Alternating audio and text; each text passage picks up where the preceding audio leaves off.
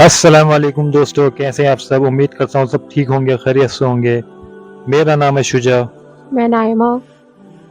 تو دوستو آج اب جس سیشن دینے والے ہیں اس کا نام ہے مایوس مت ہونا کبھی، ڈاکٹر اسرار احمد صاحب۔ تو چلیے پہلے ویڈیو دیکھتے ہیں، لیکن اس سے پہلے اگر آپ ہمارے چینل پر نئے ہیں تو ہمارے چینل کو سبسکرائب کر دیں۔ تو ویڈیو کو سٹارٹ کرتے ہیں، لیٹس گو۔ کہے کہ ہمارا رب اللہ ہے، پھر اس پر جم جائے، ان پر فرشتوں کا نزول ہوتا ہے، نہ کوئی غم کرو نہ خوف، خوشیاں مناؤ جنت کی جس کا تم سے وعدہ کیا گیا تھا۔ اللہ کی ربوبیت پر اطمینان جب انسان کو ہو جاتا، میرا رب اللہ ہے، ربی اللہ، انسان کے لیے نہ کوئی کھٹکا، نہ کوئی خطرہ، نہ کوئی خوف، نہ کوئی حزن۔ جو کچھ ہو رہا ہے کس کے اذن سے ہو رہا ہے؟ اللہ کے اذن سے۔ اللہ کے اذن کے بغیر پتا تک نہیں ہلتا۔ یہ کوئی اندھا بہرا مادہ نہیں ہے جس سے مجھے کوئی خوف ہو۔ اندھا بھینسا چلا آ رہا ہو اس سے تو ڈرنے کا ہر انسان کو ڈرنا چاہیے، نہ معلوم کس کو ٹکر مار دے۔ لیکن نہیں، اس کائنات کو چلانے والا ایک سمیع و بصیر خدا ہے، وہ جو میرا دوست ہے، میرا ولی ہے۔ اللہ ولی الذین آمنوا یخرجہم من الظلمات الی النور۔ اللہ اہل ایمان کا ولی ہے، ساتھی ہے، پشت پناہ ہے، مددگار ہے، حمایتی ہے۔ بتائیے جسے یقین ہو جائے کہ اللہ میرا مددگار، اللہ میرا محافظ، اللہ میرا پشت پناہ، اللہ میرا حمایتی، اس کے لیے کوئی خوف ہوگا؟ نہیں۔ اس سے کوئی ڈر ہوگا؟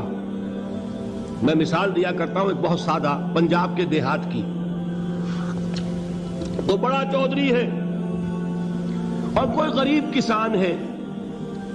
اس غریب کسان کے جانوروں کو ہر وقت اندیشہ ہوگا چوری کا، کوئی میری بھینس کھول کر نہ لے جائے، کوئی میرا بیل کھول کر نہ لے جائے۔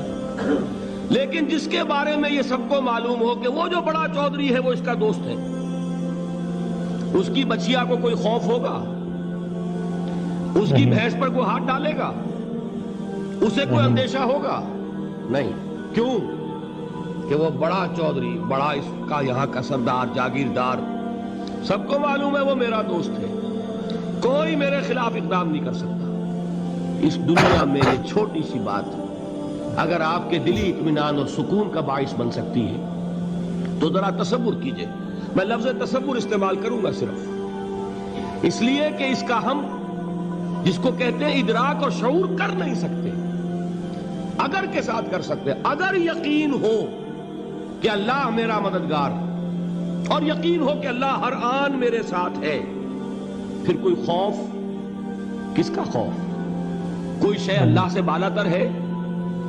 کوئی قوت اس سے زیادہ طاقتور ہے؟ کوئی اس کے ارادے کو بدلنے والا ہے؟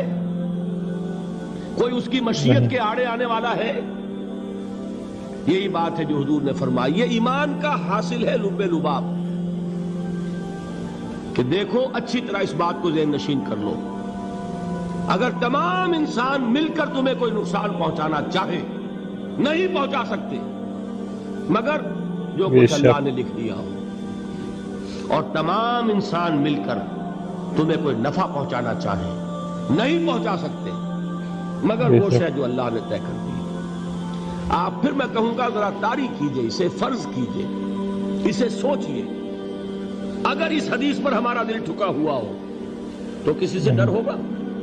یہ مجھے نقصان نہ پہنچا دے، یہ میری رپورٹ خراب نہ کر دے، یہ میری انکریمنٹ نہ رکوا دے، یہ میرا یہ نہ بگاڑ دے، یہ میرے یہ نقصان نہ پہنچا دے۔ اس کا ڈر، اس کا ڈر، اس کا خوف، اس کی خوشامد، اس کے لیے جا کر طرح طرح سے اپنی عزت نفس کو ذلیل کروانا اس کے سامنے، یہ سب کچھ کیوں کرتا ہے انسان؟ جب سمجھتا ہے کہ اس کے ہاتھ میں میرا کوئی نفع ہے، اس کے ہاتھ میں میرے لیے کوئی ضرر ہے، یہ مجھے کوئی غضب پہنچا سکتا ہے، یہ مجھے کوئی نقصان پہنچا سکتا ہے، یہ میرا کوئی کام بنا سکتا ہے، یہ میری کوئی ضرورت پوری کر سکتا ہے، اسی کا نام شرک ہے۔ جہاں آپ نے یہ سمجھا کہ غیر اللہ کے اندر کوئی طاقت موجود ہے،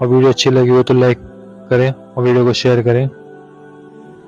ڈاکٹر اسرار احمد صاحب نے بہت اچھی مثالیں ہمیں بیان کی ہیں اور بہت اچھی طریقے سے سمجھایا ہے کہ بھروسہ صرف اللہ پہ ہونا چاہیے، بندوں پہ نہیں، اور نہ کسی چیز پر سوائے اللہ کے، ورنہ وہ شرک میں آ جاتا ہے.